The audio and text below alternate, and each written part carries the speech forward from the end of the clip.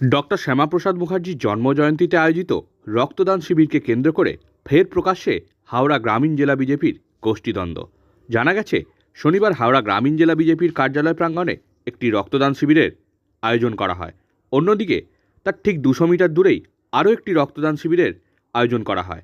দুটি শিবিরেই বিজেপি কর্মীরা রক্তদান করেন। সূত্রের খবর, একটির নেতৃত্বে বিজেপির বর্তমান জেলা সভাপতি আর অন্যটির নেতৃত্বে বিজেপির প্রাক্তন জেলা সভাপতি। ফলে স্বভাবতই গোষ্ঠীদ্বন্দ্ব নিয়ে প্রশ্ন উঠতে শুরু করেছে, যদিও একে গোষ্ঠীদ্বন্দ্ব হিসাবে মানতে নারাজ উভয় শিবিরই। জানা গেছে, এদিন উলুবেড়িয়া পৌরসভার 29 নম্বর ওয়ার্ডে তাঁতিবেড়িয়ায় আরোগ্য ভারতী নামের একটি সংস্থার ব্যানারে রক্তদান শিবিরের আয়োজন করা হয়। এই শিবিরে উপস্থিত ছিলেন হাওড়া গ্রামীণ জেলা বিজেপির প্রাক্তন সভাপতি অনুপম মল্লিক, উপস্থিত ছিলেন বিজেপির প্রাক্তন রাজ্য সভাপতি, প্রাক্তন সাংসদ দিলীপ ঘোষ সহ অন্যান্যরা। অন্যদিকে ওই একই ওয়ার্ডে অবস্থিত হাওড়া গ্রামীণ জেলা বিজেপির জেলা কার্যালয়ে একটি রক্তদান শিবিরের আয়োজন করা হয়। তবে এই কর্মসূচি নিয়ে সন্ধিহান অনেক বিজেপি নেতাকর্মী। সেরকমই এক শক্তি প্রমুখ সন্দীপ পাত্র বলেন, আমরা অনেক আগেই আমাদের কর্মসূচি ঘোষণা করেছি। জেলা অফিসে এই দিনে কোনো কর্মসূচি করা হয় না।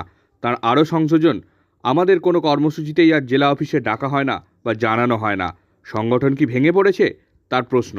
বিজেপির উচ্চ নেতৃত্বকে জানিয়েও কোনো লাভ হয়নি, তাই আমরা কাজ করতে চাইছি। অন্য ব্যানারে রক্তদান শিবিরের আয়োজন করে কার্যকর্তাদের ধরে রাখতে চাইছি।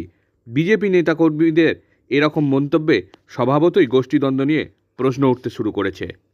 আগে আমরা এই প্রোগ্রামের পুরো সূচি আমরা তৈরি করি এবং এখানে বৃহত্তর একটা বৈঠকও হয়। সেই বৈঠকের এবং একাধিক বৈঠক আমরা এখানে 3 থেকে 5টি বৈঠক করেছি এই রক্তদান শিবিরের বিষয়ে।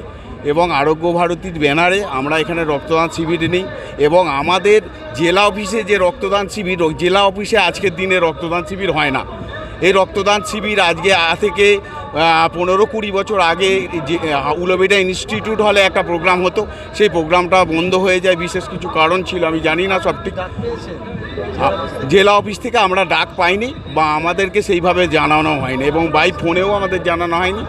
সেই জন্য এখানে জেলায় বিজেপির বহু কার্যকর্তা তারা এসে এখানে উপস্থিত হয়েছে এবং এখানে দিলীপ দা এসছে, অন্যান্য নেতৃত্ব অভিজিৎ গাঙ্গুলি এসে পৌঁছাবেন, দিব্যেন্দু দা এসে পৌঁছাবেন।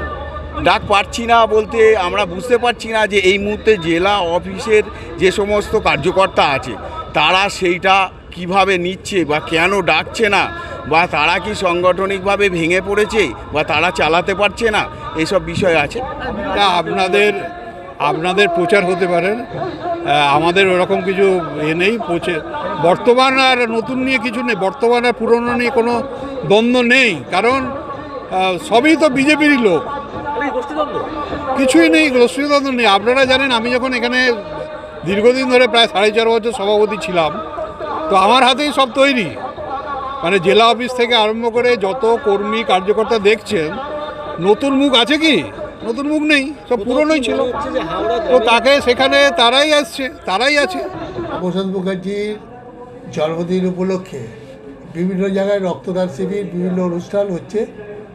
তারই অঙ্গ হিসাবে ওটা আরোগ্য ভারতীর নামে, অর্থাৎ সংঘের নামে ওখানে কার্যক্রম হচ্ছে এবং সেখানেও আমাদের কর্মীরাই পার্টিসিপেট করেছে। এতে কোনো অসুবিধা নেই। আমাদের হচ্ছে যে আমরা বলি ভারতীয় জনতা পার্টি একটা পরিবার, সেই পরিবারের সদস্যরা করতেই পারে।